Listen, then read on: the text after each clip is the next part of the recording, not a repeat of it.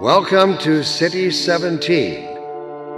You have chosen, or been chosen, to relocate to one of our finest remaining urban centers.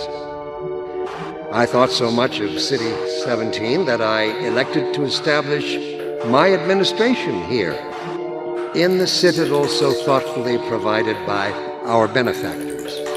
I've been proud to call City 17 my home. And so, whether you are here to stay or passing through on your way to parts unknown, welcome to City 17. It's safer here. It has come to my attention that some have lately called me a collaborator, as if such a term were shameful. I ask you, what greater endeavor exists than that of collaboration? In our current unparalleled enterprise, refusal to collaborate is simply a refusal to grow, an insistence on suicide, if you will. Did the lungfish refuse to breathe air? It did not. It crept forth boldly while its brethren remained in the blackest ocean abyss, with lidless eyes forever staring at the dark, ignorant and doomed despite their eternal vigilance. Would we model ourselves on the trilobite?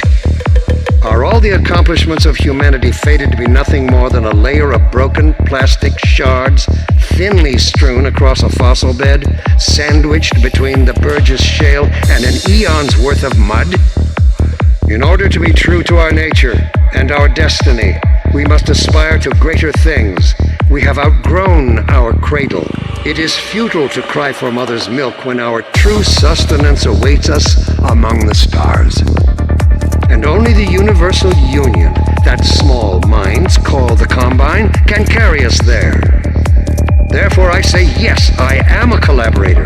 We must all collaborate, willingly, eagerly, if we expect to reap the benefits of unification. And reap we shall. We now have direct confirmation of a disruptor in our midst, one who has acquired an almost messianic reputation in the minds of certain citizens. His figure is synonymous with the darkest urges of instinct, ignorance, and decay. Some of the worst excesses of the Black Mesa incident have been laid directly at his feet. And yet unsophisticated minds continue to imbue him with romantic power, giving him such dangerous poetic labels as the one free man, the opener of the way. Let me remind all citizens of the dangers of magical thinking. We have scarcely begun to climb from the dark pit of our species' evolution. Let us not slide backward into oblivion, just as we have finally begun to see the light. If you see this so-called darkness, report him. Civic deeds do not go unrewarded, and contrariwise, complicity with his cause will not go unpunished. Be wise, be safe, be aware. I have been asked to say a few words to the transhuman arm of Sector 17 Overwatch concerning recent successes in containing members of the Resistance Science Team. Let me say up front that I regret having to temper my heartfelt congratulations with a strong measure of disappointment. I wouldn't be doing my duty as your administrator if I didn't pass along the message I have received from our benefactors. The capture is an event of major significance, make no mistake.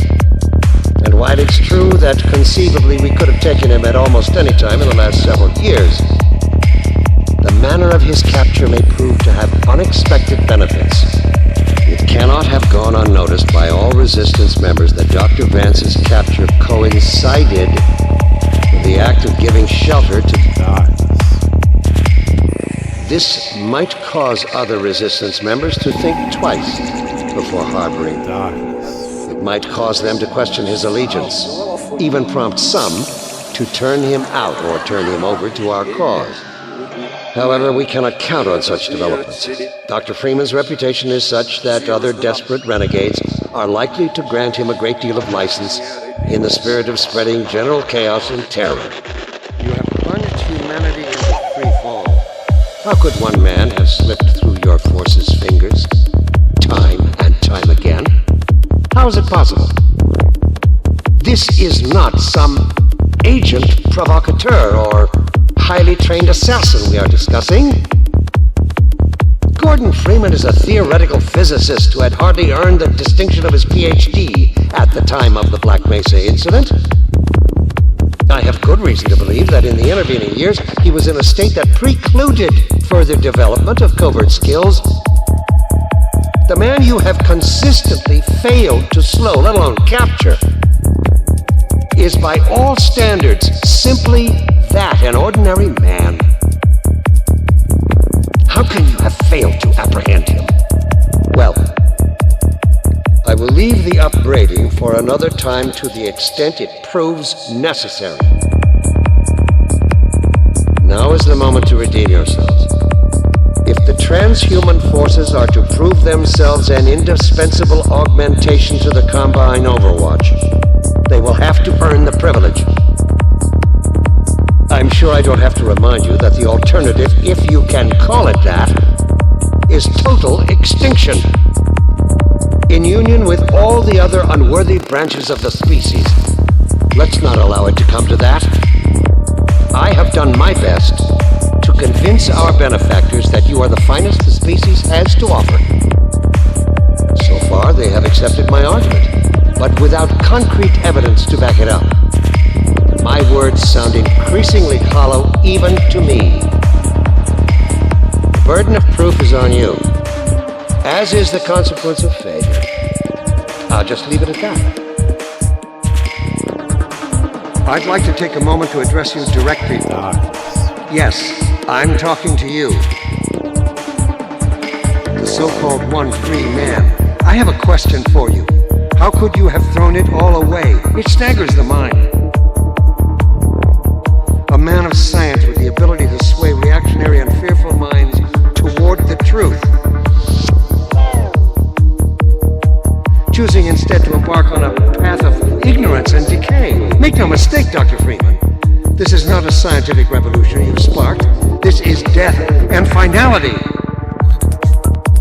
You have plunged humanity into free fall. Even if you offered your surrender now, I cannot guarantee that our benefactors would accept it. At the moment, I fear they have begun to look upon even me with suspicion. So much for serving as humanity's representative. Help me win back their trust, Dr. Freeman. Surrender while you still can. Help ensure that humanity's trust in you is not misguided. Do what is right, Dr. Freeman. Serve mankind.